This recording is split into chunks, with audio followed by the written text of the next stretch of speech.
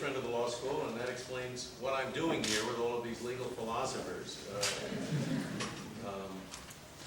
Professor Smith begins his book by saying he's a law professor, not a metaphysician or even a philosopher. That's really not true if you read the book. In my case, it is true. And I am here because I agreed to do a book review on the book for my friend, the editor of First Things. And what I say here is pretty much what I've said in the book review.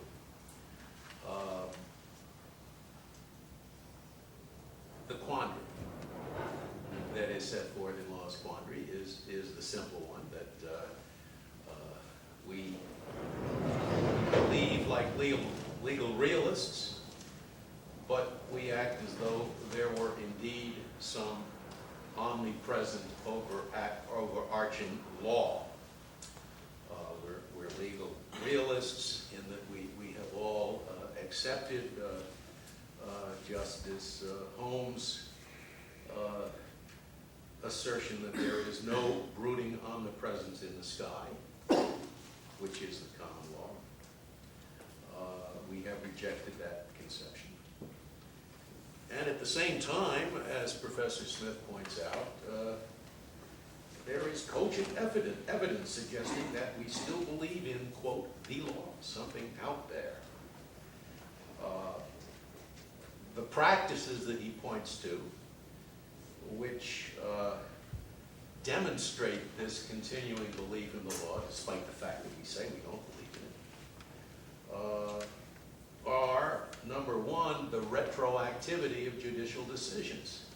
If, as legal realism asserts, judges make law, the law that they make should be effective from the time that they make it. But in fact, judicial decisions are retroactive, just as though that law had always been out there, which is the way, of course, it was in the common law. Secondly, we rely upon legal precedent, stare decisis. And our reliance is no less extensive post-Holmes than it was pre-Holmes. That made sense in a legal system that regarded judicial opinions as merely evidence of what the law is, which is what the common law said.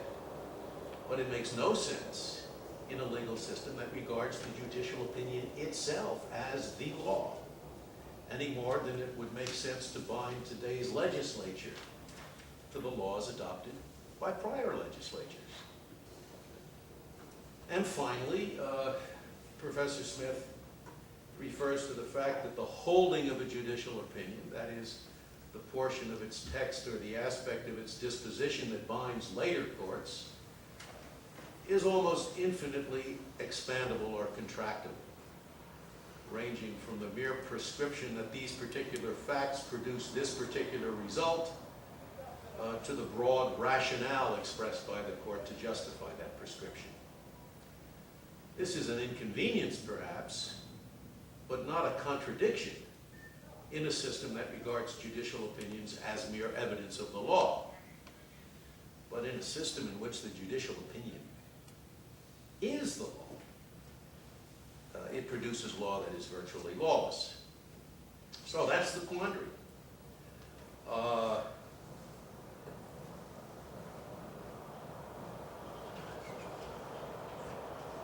It seems to me that to say that that's the quandary in which we all now exist is to suggest that we still live in a legal system that in fact is now barely extant. The system that Holmes wrote about, namely the common law, that was a system in which there was little legislation and which judges in fact did create the law of crimes, the law of torts, of agency, of contracts, of property, of family and inheritance. And just as theories such as the divine right of kings were necessary to justify the power of monarchs to make law through their edicts. Some theory was necessary to justify the power of judges as agents of the king to make law through common law adjudication. And that theory was the brooding omnipresence of an unwritten law that judges merely discovered. But it seems to me that democracy has overtaken all of that. Modern governments, or modern governments in the West at least, are thought to derive their authority from the consent of the governed. And the laws they prescribe are enacted by the people's representatives. Such a system is quite incompatible with the making or the finding of law by judges, and most especially by unelected judges. Even in state courts nowadays, it is rare that the case does not involve interpretation of an enacted text. And federal courts have, as we've discussed earlier, since the decision of Erie Railroad versus Tompkins in 1939, completely abjured common law powers, except in a few limited fields such as admiralty. They do not pretend to have the power either to find or to make law, unevidenced by enacted text, or in cases coming within their diversity jurisdiction, not a federal text, but the text of state judicial decisions. So, the contradictions that Professor Smith finds in the system of common law, sans, brooding omnipresent, do not exist, it seems to me, in a system of enacted law properly applied. Competition here. That's okay, I'd rather have the air. Air? Okay. I'd rather have the air with the noise. It is entirely